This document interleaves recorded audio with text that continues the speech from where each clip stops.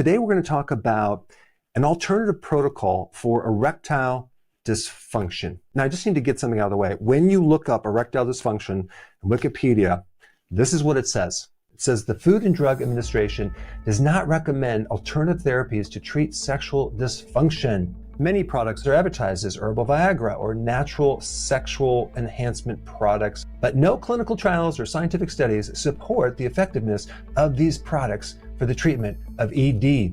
So I'm going to tell you right now, that is absolutely a lie. If you look up randomized controlled studies, human studies on alternatives to Viagra, you will find quite a few. In fact, I'm going to put a handful down in the description so you can check them out. These are natural alternatives that show significant improvement for erectile dysfunction. There is a lot of research. I think that statement is really protecting the drug companies because they like to sell Viagra. And if you have erectile dysfunction, you're going to be very happy because I'm going to show you quite a few things to improve that situation. First question is, what is erectile dysfunction? And is it the same as lowered testosterone? No. Testosterone controls more libido, your muscles, especially as you age. If you have enough testosterone, your overall mood will be better. If you have low testosterone, you'll be more depressed or have more anxiety. But you can have normal testosterone and still have erectile dysfunction.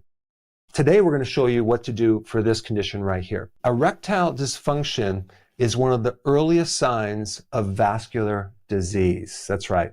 If we take a look at your arteries, the inside of the arteries are lined with this single cell layer called the endothelial layer. And so what erectile dysfunction is, it's a problem with the vascular system. That layer of cells is not working correctly. There's certain things in your body that signal the relaxation of your arteries to open up, vasodilate, and allow blood flow. And I'm talking about blood flow into your private parts. That molecule is called nitric oxide. In animal studies, when they completely blocked nitric oxide, there was a complete failure with erections. Nitric oxide can lower or inhibit testosterone. And there is some truth to that. But there's also some truth that nitric oxide can increase testosterone. So how can you have these two conflicting ideas? When you have super high levels of nitric oxide, that can inhibit testosterone. When you have mild or normal levels of nitric oxide, then you will trigger the increase of testosterone. And so with all the natural remedies and lifestyle actions I'm going to talk about, you're not going to get a massive high level stimulation of nitric oxide. But you do get a massive level of nitric oxide when you're taking Viagra or when you get chronic inflammation. The nitric oxide comes in there and acts as a substitute for oxygen. So in other words, you don't have to worry about nitric oxide inhibiting your testosterone. Check this out. When you're 20, you have a full amount of nitric oxide, right? You have a lot of nitric oxide. It's working fine. You can get erections. You have no problem. And then when you get into your 30s, that nitric oxide starts to decrease a little bit. So now you're at 85%. In your 40s, you go down to 70%. At 50, you're at 55%. At 60, now you're down to 40%. And then at 70, you're down to 25%. Now that is a problem. We no longer have the ability to relax the vascular system to allow blood flow. And so with erectile dysfunction, the person either cannot get an erection or they can't maintain an erection because they don't have this nitric oxide. So then what people do is they take something called Viagra. But the question is, does Viagra increase nitric oxide? No, it actually doesn't. It gets rid of something else that causes this degradation or erasing of nitric oxide. So then you can maintain more nitric oxide in your system for a little bit, okay?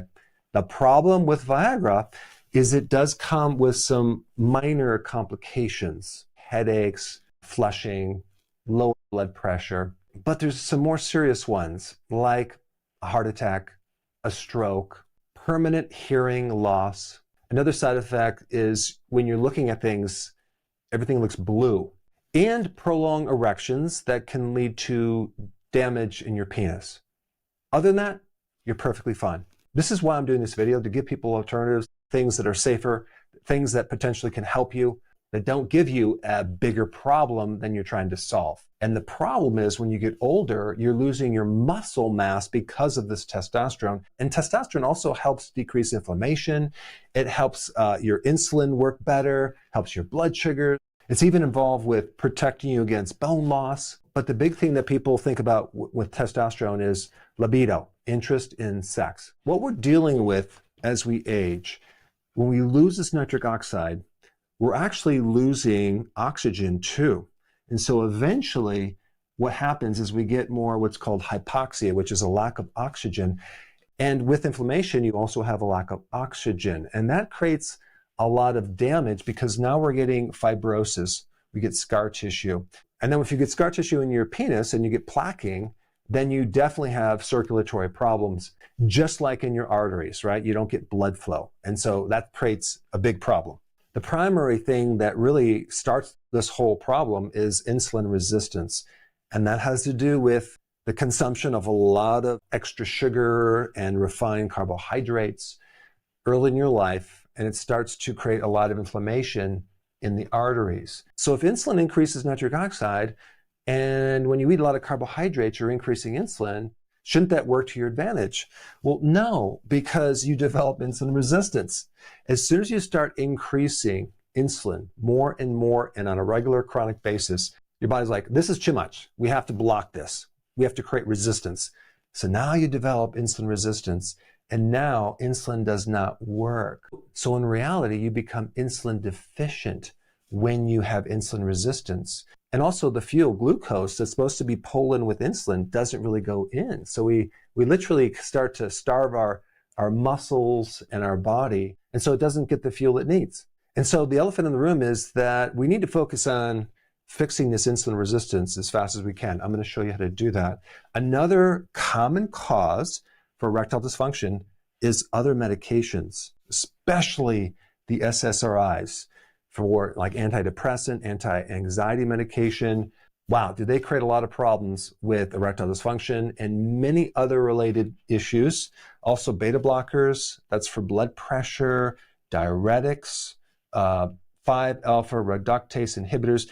These drugs are mainly for prostate enlargement or hair loss, but they have a side effect of creating erectile dysfunction. So now let's dive into the protocol. How do we increase nitric oxide? Because that's immediately going to increase more blood flow and help erections.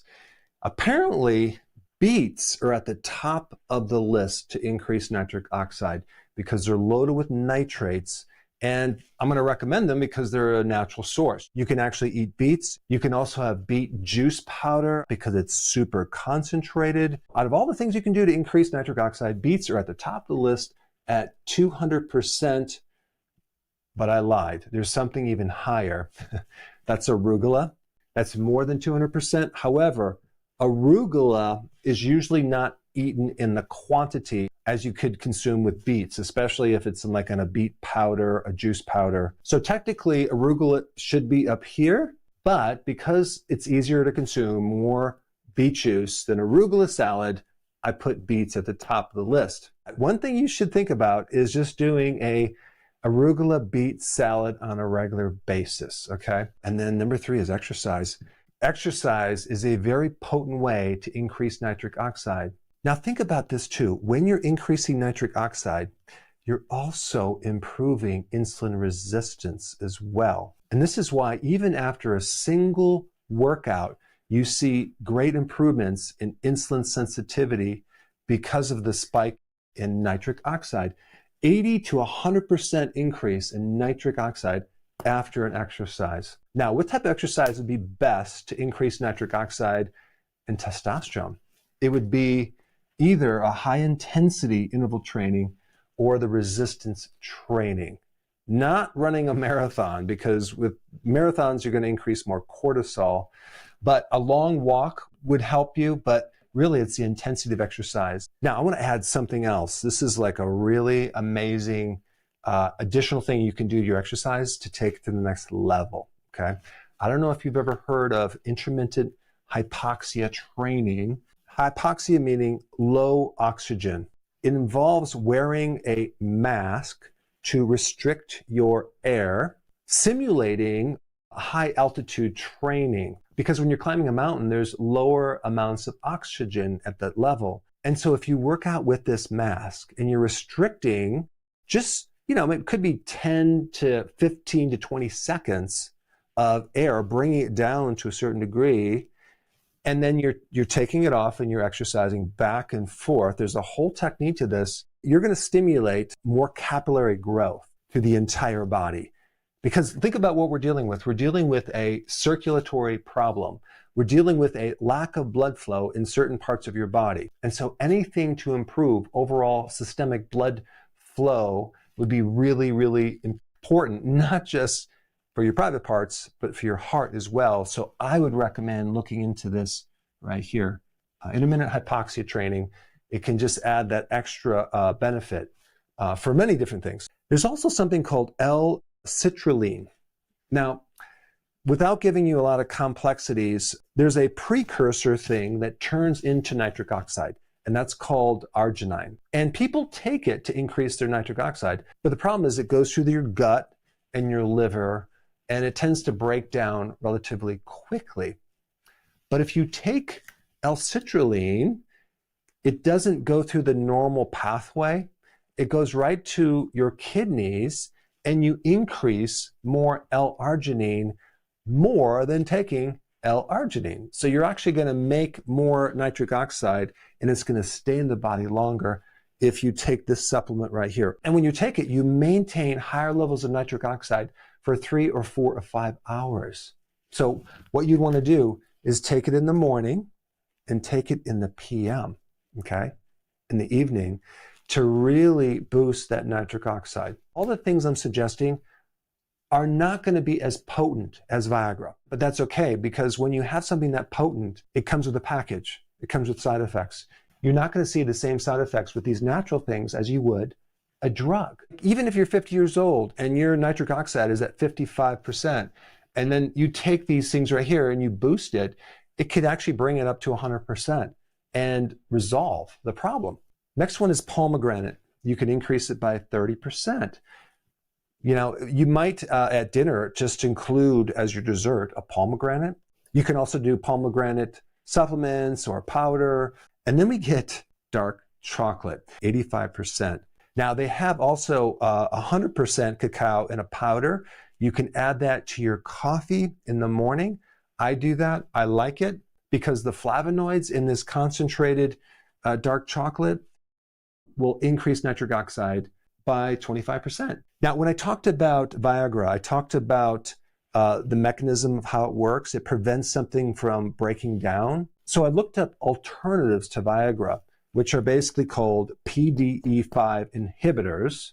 And I found a series of them that will not only mimic the mechanism, but will also increase nitric oxide, because Viagra does not increase nitric oxide, but these do.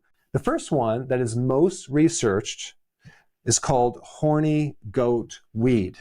And I will put a link down below of some research, human research, to show that this has a significant effect of increasing nitric oxide and also improving erectile dysfunction. One of the problems with horny goat weed is it's not very bioavailable. So when you're taking it, your body doesn't absorb as much as maybe you would like it to absorb. How do we increase the bioavailability?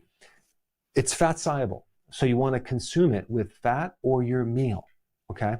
You can also add that black pepper to increase the absorption as well. The next one is Panax ginseng. So this will increase nitric oxide and also decrease the loss of nitric oxide. When they did the studies comparing to a placebo, this showed significant improvements. The next one I'm going to talk about is saffron. Saffron does trigger a mild increase in nitric oxide, but it does some other things as well.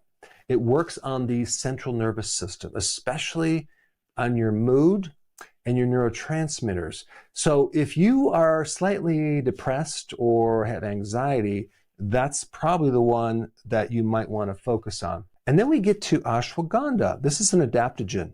I normally recommend this for the adrenals because it lowers cortisol and it increases testosterone, but it also increases nitric oxide. So as I go through these, you want to kind of just see which one matches your condition. Do you have more stress? Do you have more depression or not? And then you can take whatever you need accordingly. And ashwagandha works really good if someone's going through stress because it increases the tolerance to stress. If you have known arterial problems, let's say you have diabetes or you have a history of heart problems, and you've had it for a long time. You may have fibrosis and plaquing. They can do certain tests, I think ultrasound tests and other tests, to actually visualize plaquing in your penis. If you have that, there is something else that you might want to consider. It's called shock wave therapy. It creates this vibration. You actually apply it to your penis and it actually breaks up scar tissue. So there's some really interesting research on that. But again, you only want to take this if you have the problem that this deals with.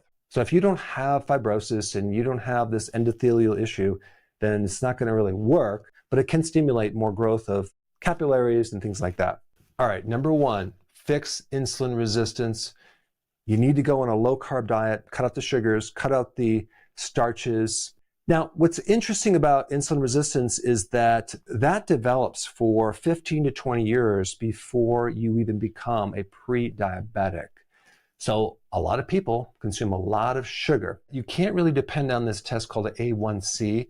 That's a measurement of 3 months of blood sugar. If that insulin is pulling the sugar out as fast as you're eating it, especially in the earlier stages of insulin resistance, it might show normal. One of the best tests to do is a fasting insulin test, okay?